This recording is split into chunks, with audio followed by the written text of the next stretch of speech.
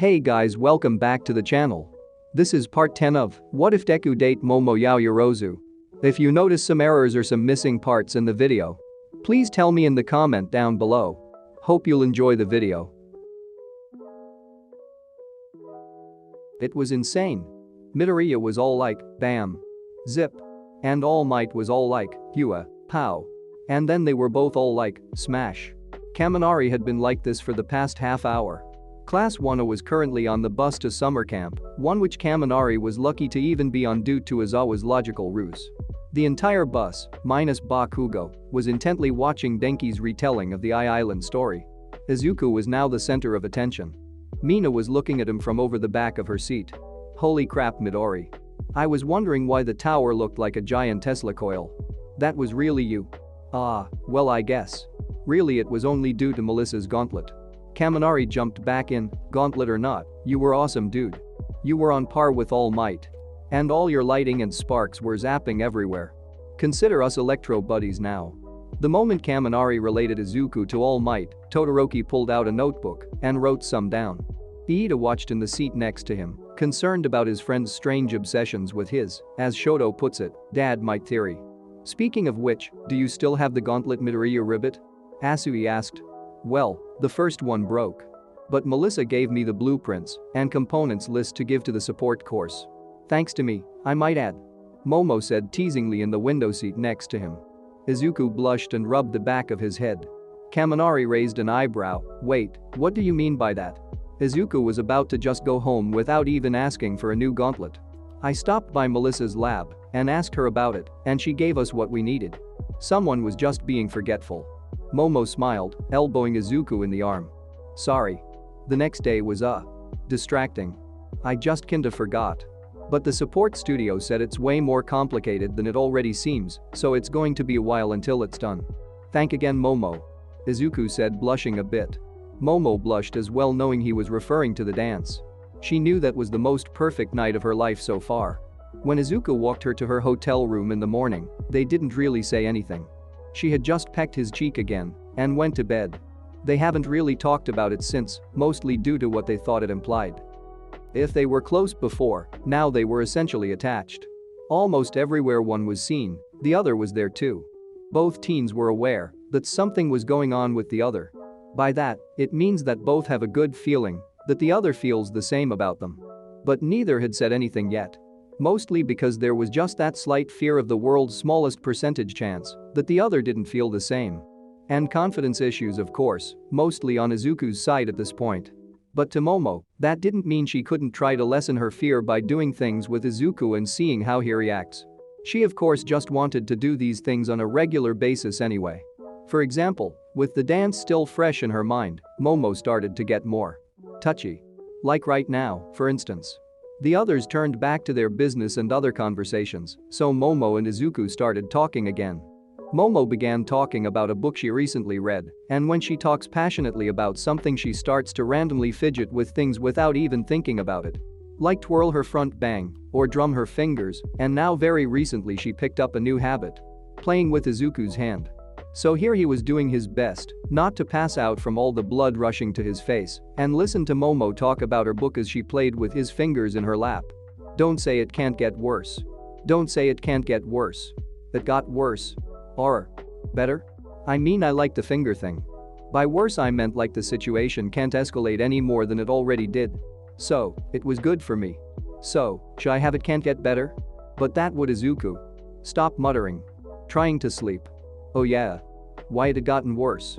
About an hour and a half into the bus ride, Momo had gotten tired and fell asleep. On Izuku's shoulder. He wasn't sure how much longer he could last before his cheeks exploded from blush overload. Izuku looked over to Uraraka's seat to see Jiru asleep on her shoulder, and the former was just on her phone. He realized that maybe he should just take it in stride as well. Who knows when this will happen again? I should just take what I can now.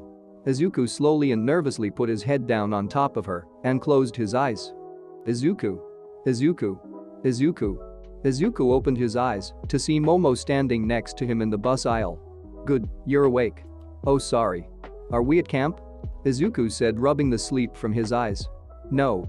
Izuku raised his eyebrow in confusion. He looked outside to see it was nighttime and the bus was stopped, and he looked around and the bus was completely empty, except for him and Momo. Then where is everyone? What do you mean, Izuku? Why should they be around for this? Around for what? Momo suddenly stepped in front of his seat, climbed up into his seat, placed a knee on each side of him, and lowered herself onto his lap, straddling him. Momo, what are you doing? Momo just giggled and took his hands and placed them around her waist. What's wrong, Izuku? She asked sultrily. Don't you want to? She began to slowly unbutton her white school shirt and gyrate her hips down into Izuku. Izuku couldn't move or speak. All of his basic motor functions just shut down on him. SHH. Momo said, placing a finger on his lips. She brought her hand back and slightly opened her shirt to show just a brim of a crimson red bra. She placed her hands on his chest, leaned into Izuku's ear, and nibbled on his earlobe. Then she softly whispered. Izuku, first I'm going to kiss you and get these clothes off. And then, we're going to make love all night long until we pass out. And then, when we wake up, we'll wake up, and wake up, and wake up, and wake up, and wake up. Ah. Izuku shot awake in his seat, his heart pounding in his chest and his breath sporadic. He looked up to see Ida standing over him. Ah, you're finally awake, sleepyhead. We've made a stop for everyone to stretch their legs. Please, wake up Yaoyorozu and head outside with the others. Yeah, okay. Ida walked away and out the bus. Izuku slowly turned to Momo, who was rousing from sleep, on his shoulder. Why is Ida so loud? I heard what he said. Come on, Izuku, let's go. She said, standing up and stretching. She raised her arms up and her back forward. Izuku quickly averted his eyes from her chest and shot out of his seat. Yeah, I'll see you outside. He rushed out the bus doors before Momo could say anything. He got outside, crouched down, and put his head in hands. It wasn't like this was the first time this has happened. He was a teenager after all, he couldn't help it. It was just natural. But that was absolutely the most vivid and realistic one he had ever had. Usually they were foggy or hard to remember. Or they were really weird, like they were doing things on a neon pink cloud in space. Not that he actually dreamed that. Just a random example. Yeah. But this one felt real. These dreams were becoming more and more frequent and more vivid. I don't know how much more of this I can take. It's like my body is trying to force me to confess. Maybe I should just cut my losses and do it. Izuku? Izuku shot up and around to face Momo. Are you okay? Yeah, just stretching my legs. Momo seemed to believe him and walked towards the girls. Of course, not without brushing her hand across his arm as she passed. This woman is trying to kill me. Phew, okay. Keep it together, Izuku. You can take your time with this whole confession thing. No need to do anything rash. Aizawa then called out to his students, everyone come over here. Izuku turned to see something he definitely wasn't expecting. Bring your gazes to our rockin' poses. So stunningly cute and cat-like. The two women struck their poses and simultaneously chanted, "We're the wild Pussycats." Everyone watched in silence while the two heroines tried to keep their poses. Oddly enough, the weirdest part about it was that they had a little kid with them. These are the pros that will be helping you with your training. Shouta said monotone. As soon as Izuku realized who they were, he immediately started gushing. Oh my gosh. The wild Pussycats. They're the rescue hero team that debuted back when we were kids a long time ago. Izuku was stopped by a giant padded paw slapped onto his face. Pixie Bob slowly leaned in menacingly. I think you must be mistaken. I'm 18 at heart. Now you want to try again? 18. Izuku said, muffled by the paw. Thank you. Mandalay walked over to the railing overlooking the forest. This entire area is our territory. And your lodge is over at the foot of that mountain. Mandalay pointed towards a mountain miles and miles away. Whoever doesn't get there before noon doesn't get lunch. Wait, what? The entire class questioned. Pixie Bob? On it? The blue uniformed cat girl of the Pussycats placed her hands down on the ground and the cliffside started to shake. Kaminari spun on his heel and bolted everyone back to the bus. Run for it. But it was too late. The cliff was already falling out from under their feet. Izuku made eye contact with Momo and both knew what to do. As the rocks gave way, Izuku shot forward at 10% and took hold of Momo, a shield already popping from Momo's arm. He jumped forward off the cliff and landed down. Momo lifted up her shield over their heads and deflected off all rocks and debris falling from overhead. Momo chuckled, "We're getting pretty good at this. But some of Mr. Izawa's methods are getting on my nerves. Tell me about it." I doubt we're even close to done though." Izuku let her go and went to help up the rest of the class. Momo knew Izuku was probably right. This wasn't just going to be a hike through the forest. Luckily, it seemed Mr. Izawa felt generous today. Yaoyorozu. She looked up back to the top of the cliffside to see Izawa had taken Fushigiri out of the bus luggage compartments. "You might need this." He tossed it down the mountain. "Ah." Momo rushed forward and caught it by the red wooden sheath. "This was a gift. I would appreciate it if you didn't throw it, please, and he's gone." And she was right, Shouta has already walked away from the cliff and was back on the bus. Momo huffed and tied the sheath to her back by its rope. She brought her hand up behind her shoulder to the hilt and pulled Fushigiri out from its home. Yaoyorozu looked back to her class to see Izuku staring at her. "What? Oh. Sorry. I just forgot how cool you look with that." Momo blushed. "Well, thank you. Alright lovebirds, enough goo-goo eyes. Let's get to the lodge before you give us all diabetes with how sweet you are," Kayauka said walking by. At this point, both teens were used to those kinds of comments directed towards them. So, they decided to head out with the class. That is, until the ground started attacking them. Dirt and rock suddenly took form. Coarse and earthy creatures appearing from everywhere. Izuku decided to elaborate. "This is a part of Pixie Bob's quirk. She can manipulate the ground to do whatever she wants." Kirishima stared on in shock. That doesn't sound like making monsters would be in her list of skills. Izuku looked to Momo and then back to the monsters. "You wanna?" Yes, I do." Momo replied, knowing he meant work together. The two shot forward first out of their class. Izuku jumped at the first giant four-legged monster of the horde. He pulled back his fist, ready to slam down, until all of the monster's legs suddenly sliced in half. It fell to the ground and turned back into normal dirt. Izuku looked past the pile to see Momo on the other side. I didn't even see you. Sorry. I've been practicing that one for a while." Bam! A giant monster with giant clumps of dirt for hands suddenly slammed down on top of Momo. It lifted its hands to see nothing. And then its head was on the ground, and like its other dirt companion it fell to the ground. Momo walked out from behind the second dirt pile. "And that one?" Izuku laughed. "She's really taking her shinobi training seriously. Not that I'm complaining. A ninja girlfriend would be awesome. Stop. Just wait, brain. Just a little longer. I'll do it soon." Izuku shook his head and continued on throughout the forest. More and more earth monsters rose up and came at the class. They fought their way through the forest. At one point Momo created a grenade and tossed it to Izuku.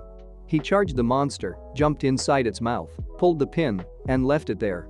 He jumped out at the explosion. That was a great highlight for him. And maybe, just maybe, the part where the bottom 3/4 of Momo's buttons came undone when she made another cannon. He definitely wasn't looking at her toned stomach. Not at all. Ugh. What is wrong with me? Why am I turning into the new Mineta? The real problem was that he already knew the answer.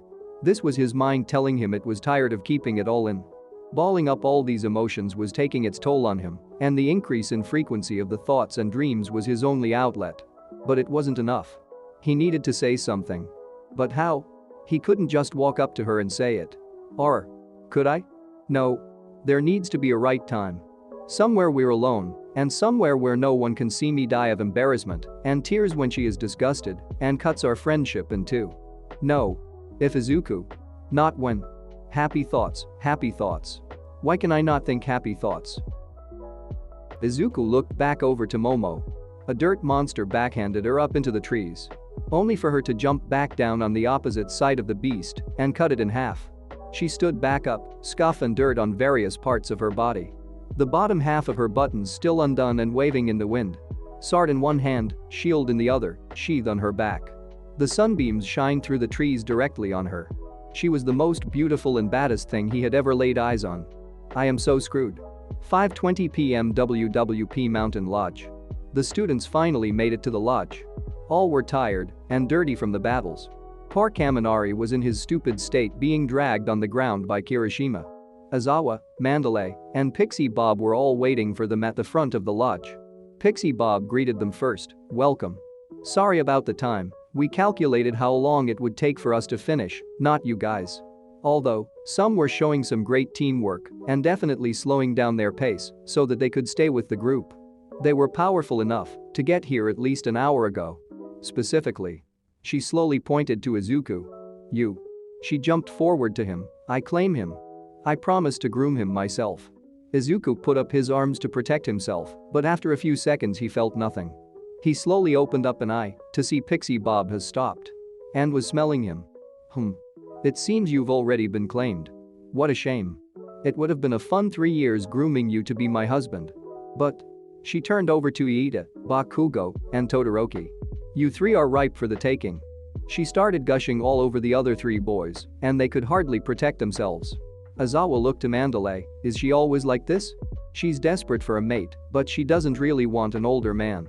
Izuku looked over to Mandalay, but we're only 16 and she's. Pixie Bob put her paw back on Izuku's face. I'm only what? 18. Good. Quick question, wo's that kid? Izuku asked, pointing to the scowling boy in the red cap over by the front door. Mandalay realized what he was asking and quickly responded, oh. That's my nephew Kota. He's staying with me. Izuku unlatched himself from Pixie Bob and walked over to Kota. I'm Izuku Midoriya. I go to UA for the hero course. It's great to meet Bam. The entire class flinched. Izuku gasped and silently fell to his knees, clutching his crotch. Kota has just punched him in his balls. Luckily Iida caught him in his fall. You monstrous child. A punch to the testicles is unforgivable. Mina turned to the girls. Yeah, Iida's right. You're going to need those, Momo. Better make sure they're not too damaged, Mina laughed. Mina. Momo yelled, covering her face to hide her blush. Ignoring Mina's comment, she still went to help Izuku up. She crouched down next to him. Izuku? Can you stand? Izuku was curled up into a ball on the ground, still clutching his groin. He silently shook his head. Do you need me to take your luggage for you? He nodded. Okay. Just rest up. I'll be back to get you. He nodded again. Momo patted his hair and went to get his luggage. She passed Bakugo on the way to the bus. Heh, kids got spunk. Momo and Todoroki both simultaneously sarcastically said, remind you of anyone? Fuck off you too. Ah. Izuku leaned his head back against a warm stone. He was up to his chin in steaming hot water. His nether regions had finally stopped aching. Momo had to carry him inside via wheelbarrow she created. And now he could finally relax. Dude, the girls are naked only across that wall. And his eyes shot back open, completely tense again. He looked over to Mineta and Kaminari talking a few feet from him in the springs. Seriously, Mineta? You of all people aren't going to take this golden opportunity? I can't, man. The locker room incident has me on thin ice. I gotta tone it down. Besides, Midoriya is my friend, and I don't want him trying to beat me up again. Izuku flinched at that. Sorry again, Mineta. Hey, it's cool. Besides, I'm sure you want to be the only one with the image of Yaoyorozu naked. Izuku's eyes widened. Images flooded his brain over and over again. He couldn't get it out of his mind. He looked back to Mineta, but he was gone. In fact, everyone was gone. Steam started to consume the area. Suddenly from the steam, a silhouette appeared from the gas. Momo emerged. She was submerged from the collarbone down, clearly wearing nothing. She slowly came forward until she was inches from Izuku. She slyly smiled and started to stand out of the water. Her chest came out, and then just as her breasts were about to emerge from the water, Midoriya? Izuku jumped at the sound of his name. He looked back up to see Mineta and Kaminari staring at him strangely. You okay, dude? You blanked out for a second, as soon as Mineta said. Oh. Should we even ask? No thank you. The other two decided to awkwardly go back to their conversation, and Izuku dunked himself entirely under the water, punching himself in the face. His mind had now decided to add daydreaming to the mix. Why me? Izuku started to hear muffled yelling above water. He came up out of the water to see Iida yelling up at the top of the barrier wall between the girls' and boys' spring rooms. Izuku looked to the top to see Kota standing on the wall. Iida seemed to take issue with that. You. Scrotum punching heathen. What are you doing up there? Are you trying to spy on the girl? How shameful. Get down from there this instant. Kota scowled down at Iida. I'm not spying, stupid. I'm the one making sure you idiots aren't the ones spying. Suddenly, a third voice came in. Yeah, Iida. Kota's cool. Out of instinct, Kota turned to find the source of the voice, only to see a shameless Mina fully out of the water in the nude in all of her glory for Kota to see. Kota's face rushed with blood, and he passed out from shock. He began to fall backwards off of the wall, only for Izuku to catch him. In his concern, Izuku rushed out of the springs to find Mandalay. Kayaka turned to Mina, "You trying to kill the poor kid, Mina?" Sorry. By the way, Kayaka, why have you been looking up the entire time?" No reason." "There was a reason. A huge one. Finding out that you're attracted to women and then getting into a large steamy bath with them while naked was definitely not helping. It wasn't that she hasn't seen them in little clothing before, they did have a locker room. She had seen Momo's breasts full on before. This time, however, was different. It wasn't that she couldn't look at any of them. It was that for some reason, she just couldn't look at a Chaco. Exploring one's sexuality had its discoveries, and one of them was that Kayaka liked curves, and Achako was the curviest girl in the entire class. She had an overabundance of curves, and Kayaka couldn't stop looking. And much to her embarrassment, couldn't stop touching during their dance. Jiro knew what this was all implying. She was going through all of the same motions and processes when she was focused on Momo. Well, at least the dreams haven't started. "Are you sure about that?" Kayaka was startled to a voice right in her ear. She turned to see Achako sitting right next to her in the springs, the other girls gone. The brunette wrapped her arms around Kayaka's waist and brought her in close. She buried her face into the rocker girl's neck and began planting soft kisses and bites. She brought her lips to Kayaka's ear and said, "Kayaka, are you okay?" And Dream Achako was suddenly gone, and real Achako was at her side with a concerned look on her face. Yeah, I'm good. Just exhausted. Crap." Izuku walked out of Mandalay's room with a thoughtful look on his face. Mandalay had just told him Kota's past after he dropped him off. He was starting to realize just how closed off from the world his childhood made him. First I meet Melissa. Quirkless, yet she follows her dreams and does amazing things. And now Kota, a boy who hates heroes while growing up. Two people that are almost exact opposites of how I used to be. He's got so much pain in his heart that he can't let go of. Well, I guess I'm not one to talk either. Oh, Izuku. Izuku turned to see Momo standing a few feet away from him, her eyes wide. She was dressed in a loose emerald green shirt and black shorts. She had a towel over her shoulder. It was clear that she had just exited the springs and had put on pajamas. But what was her problem? Izuku looked down to where she was and realized what was wrong. He was still in nothing but a towel. "Oh. Hey Momo. I can't walk right now. Gotta go." He bolted down the hallway, his face hotter than the sun. Momo was frozen in the hallway. Her face was flaming hot. She closed her eyes, but his body was burned into her eyelids. She knew he was fit, most of the boys were. But that was even better than she expected. She's been to many museums throughout her life, and all the statues and paintings of gods and warriors had nothing on Izuku. She knew she was going to have interesting dreams tonight. Several hours later, Izuku suddenly felt a weight on him in his sleep. He opened his eyes to see a large lump going from his waist to past his feet. He lifted up the blanket to see Momo under the covers with her face near his nether regions. "Momo. Hey Izu. Don't worry, I'll get to this in a bit," she said, gesturing to his crotch. She slowly crawled her way on top of Izuku and snaked her way up his body and started kissing his collarbone. "We were interrupted on the bus. Let's see, where did we stop last? Oh, I know. I was doing this." She started grinding into him, and she lifted her upper body up into a sitting position. "And, I believe I said something about getting these clothes off." She grabbed the hem of her shirt, and in one swift move her shirt was completely gone. Only this time there was no bra. And for some reason, her body was shining a blinding light, so he couldn't see. He knew her body was heavenly, but this was too literal. He opened his eyes again to see nothing but a sunbeams traveling through the window into his eyes. Oh. It was just a sunlight peeking through the window. It was morning. All the other boys were starting to wake up and head to the bathrooms. He started banging his head on the floor. "I can't do this anymore. I'm going to confess by the end of camp, even if it kills me. And it probably will." Izuku got up and got ready for today's training. "Uraraka, it's time to wake up." 5 more minutes, Kayaka." The muffled voice of Achako said into her pillow. "Oh. So, you don't want me to wake you up in your favorite way?" What are you talking about? Chako froze as she lifted her head out of her pillow. Kayako was lying next to her, the blankets pooling around her waist, and above her waist she was wearing absolutely nothing. Achako quickly rubbed her eyes and blinked quickly. She looked back to see nothing there. The real Kayako was slowly getting up and stretching on the mat next to hers. Fully clothed. Crap. Izuku knew that training would be hard. But the fact that he was assigned personal training with Tiger was too much. He was essentially doing basic muscle and cardio exercises, but with heavy weights and doing way more than the average bodybuilder would do in a single sitting.